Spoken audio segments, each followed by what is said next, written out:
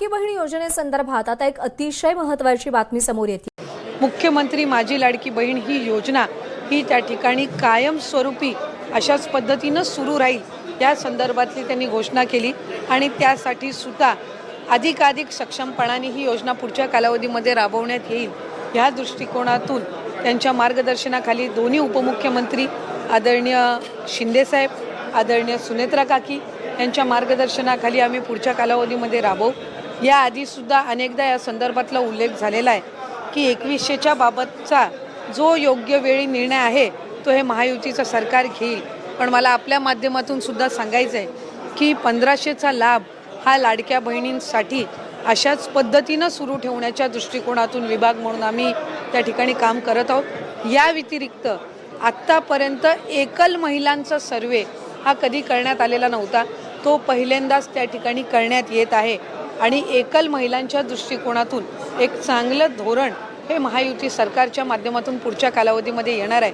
त्यामुळे तेही एक अतिशय ऐतिहासिक पाऊल हे सरकारच्या वतीने उचललं जात आहे। महिला सक्षमीकरणाकडे पाऊल जाईल का की त्यांना 1500 रुपये देण्याची गरज पडणार, जे धोरण येणार आहे सरकारच्या वतीने त्यामुळे महिला सक्षमीकरणाकडेचा पाऊल मारायचं आणि एकल महिलांच्या संदर्भातला एक भाग झाला। मुळात मुख्यमंत्री माझी लाडकी बहीण ही योजना महिलांना सक्षम करण्याच्या दृष्टिकोनातूनच पहिल्यांदा आणण्यात आली आणि आज साधारणपणे ज्या पद्धतीनं हा लाभ सुरू आहे अनेक अशा महिला आहेत ज्यांनी त्या 1500च्या लाभातून ज्या आपल्या घरखर्च भागवतात, अनेक त्यांचे आरोग्य उपचार असतील ते सुद्धा करतात, पण लघु उद्योजकाकडे सुद्धा किंवा छोट्या मोठ्या व्यवसायांकडे सुद्धा ह्या 1500च्या लाभाच्या दर महिन्याच्या माध्यमातून महिलांनी पाऊल उचललेली आहेत आणि आमच्यासाठी अशा अनेक सकारात्मक ज्या केस स्टोरीज आहेत या निश्चितपणाने लक्षात घेऊन पुढच्या कालावधीमध्ये फायनान्शियल लिटरसी ज्याचा उल्लेख किंवा आर्थिक सक्षमता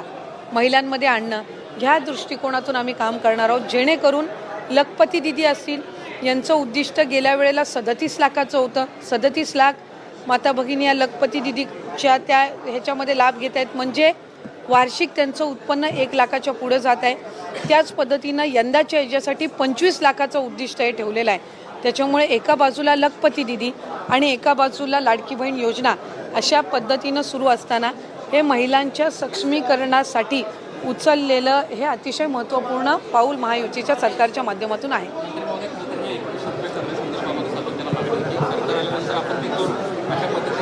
सरकार हे आमचं 5 वर्ष आहे, त्याच्यानंतरचे पुढचे 5 वर्ष निश्चितपणाने महाराष्ट्र राज्याची ही जनता महायुतीच्या सरकारला निवडेल याबाबत काही शंका नाही।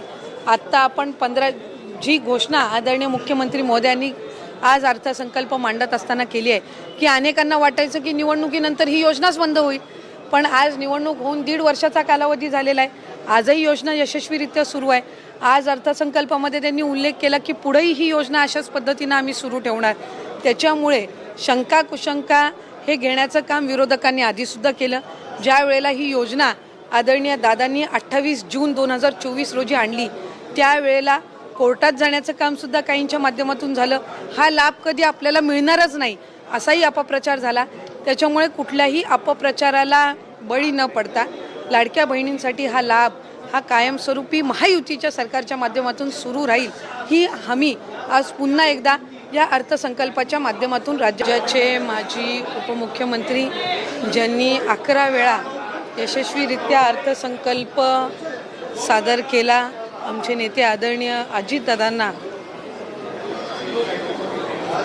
या महायुतीच्या सरकारने समर्पित केला आणि सुरुवातीलाच सन्माननीय राज्याचे मुख्यमंत्री देवेंद्र फडणवीस साहेबांनी हा अर्थसंकल्प आदरणीय अजितदादांना समर्पित करत असल्याच्या संदर्भातल्या भावना या सभागृहामध्ये व्यक्त केल्या। खरं तर यंदाचा हा अर्थसंकल्प आदरणीय दादांचा 12वा अर्थसंकल्प झाला असता आणि ज्याची तयारीसुद्धा दादांनी त्या ठिकाणी 2-3 महिन्यापूर्वी सुरू केली होती। आम्हाला सुद्धा मंत्र्यांना आमदारांना वेळोवेळी ते त्या संदर्भामध्ये उल्लेख करायचे की यंदाच्या अर्थसंकल्पामध्ये काही ऐतिहासिक घोषणासुद्धा आहेत, पण त्याचबरोबर राज्याला शिस्त आर्थिक शिस्त ही येण्याच्या दृष्टिकोनातून त्याचबरोबर उत्पन्न वाढण्याच्या दृष्टिकोनातून याच्यामध्ये अनेक बाबी असतील आणि आज राज्याचे मुख्यमंत्री देवेंद्र फडणवीस साहेबांनी हा अर्थसंकल्प सादर केला. मी सुरुवातीला खरं तर त्यांचेही अभिनंदन करीन. अनेक ऐतिहासिक निर्णय आजच्या या अर्थसंकल्पामध्ये आपल्याला त्या ठिकाणी पाहायला आणि ऐकायला मिळाले. त्याच्यातलं शेतकऱ्यांच्या कर्जमाफीचा निर्णय असेल, 2 लाखापर्यंतची कर्जमाफी ही त्या ठिकाणी सप्टेंबर 2025पर्यंत ज्यांनी त्या ठिकाणी जे पात्र त्या आपल्या योजनेमध्ये ठरतील किंवा निकषामध्ये ठरतील यांच्यासाठी 2 लाखापर्यंतची कर्जमाफी ही त्या ठिकाणी घोषित करण्यात आली. याचबरोबर स्वराज्य रक्षक छत्रपती संभाजी महाराजांची जी स्मारकं पुणे जिल्ह्यामध्ये आहेत, त्याचबरोबर कोकणातल्या रत्नागिरी जिल्ह्यातल्या संगमेश्वरमध्ये आहे, याच्यासाठी सुद्धा भरीव तरतूद करण्यात आली.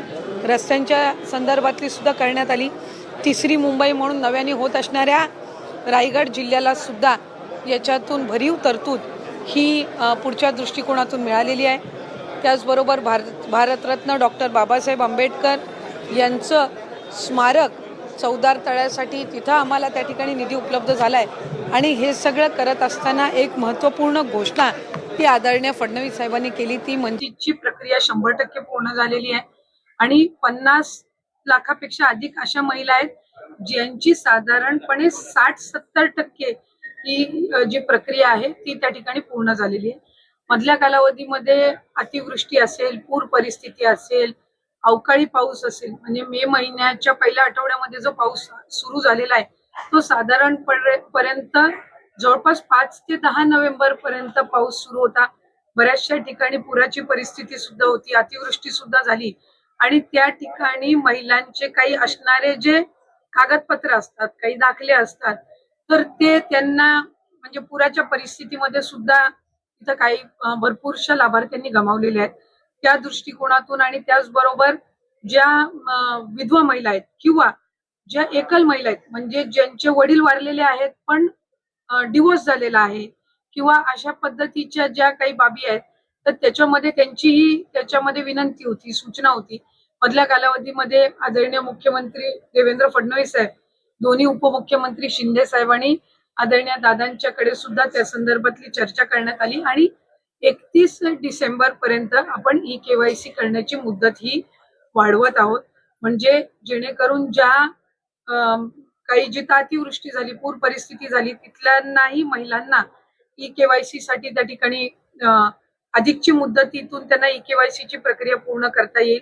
या व्यतिरिक्त ज्यांचे पतीचं निधन झालेलं आहे, वडिलांचंही निधन झालेलं आहे, अशांकडे जे सर्टिफिकेट नाहीयेत, म्हणजे अशांकडे त्यांचे जे डॉक्युमेंट्स नाहीयेत, त्यांचं डेथ सर्टिफिकेट असेल किंवा डिवोर्सचे न्यायालयांच्या जे काही डिवोर्सचे सर्टिफिकेट्स असतात, म्हणजे कोर्टचे जे डॉक्युमेंट्स असतात, ते त्यांना अपलोड करण्याच्या दृष्टिकोनातून किंवा एखाद्या गावामध्ये एखादी एकल महिला असेल किंवा एखादी विधवा असेल, तिच्या पतीचंही निधन झालंय आणि वडिलांचंही निधन झालेलं आहे, अशा महिलेनी लाभार्थ्यांनी जर ते डेथ सर्टिफिकेट किंवा ते डॉक्युमेंट्स जर तिथल्या अंगणवाडी सेविकेकडे उपलब्ध करून दिले, तर ती त्याची जे सर्टिफिकेट आहे ते सीडीपीओ कडे देऊन त्या संदर्भातली सगळी प्रक्रिया पूर्ण करून घेऊ शकतील.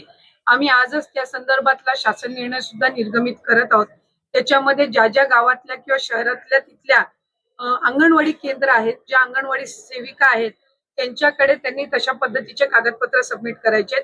इन द मीन वाईल त्या मध्यंतरी त्या कालावधीमध्ये आम्ही वेबसाईटवर पण तशा पद्धतीचं ऑप्शन हे देण्याच्या दृष्टिकोनातून आमचं काम हे सुरू आहे. रोज साधारणपणे 4 ते 5 लाख महिलांचं ई-केवायसीची प्रक्रिया ही त्या ठिकाणी होत आहे. मधल्या कालावधीमध्ये थोडं 1-2 लाखावरती संख्या आलेली होती, पण नंतर पुन्हा एकदा त्या वेबसाईट आणि संबंधित विषयांवर काम करून आता ती पूर्वपदावर आलेली आहे.